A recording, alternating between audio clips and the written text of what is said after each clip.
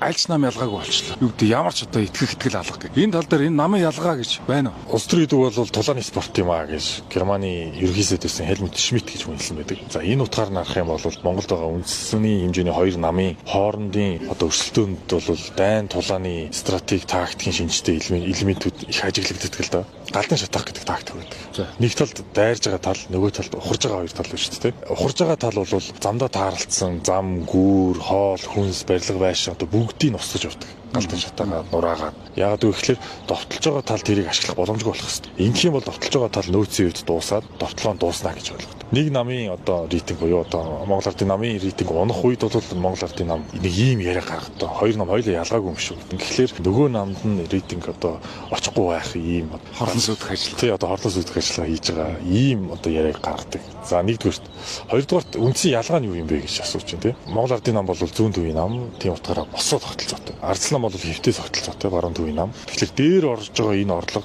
иргэдийн амьдралд амжиргаанд хэрхэн доошо очих юм нэвчих эффект гэж байдаг л да. Trickle down effect гэж. Энэ бол ардчилсан намын үед бол илүү сайн байдаг Монголд. Монгол Ардын намын засаг барьж байгаа үед бол энэ эффект баг ажиглагддаггүй гэж хэлж болно. Тэр ч утгаараа сүүлийн хэдэн жил бол ард иргэдийн амжиргаа сайжрах байна гэдэг бол энэ босоо тогтолцоотой нам эдийн засгийн үед нэвчих үзүүл одоо нэвчих эффект нь муу байдаг учраас иргэдийн амжиргаа сайжрахгүй байна.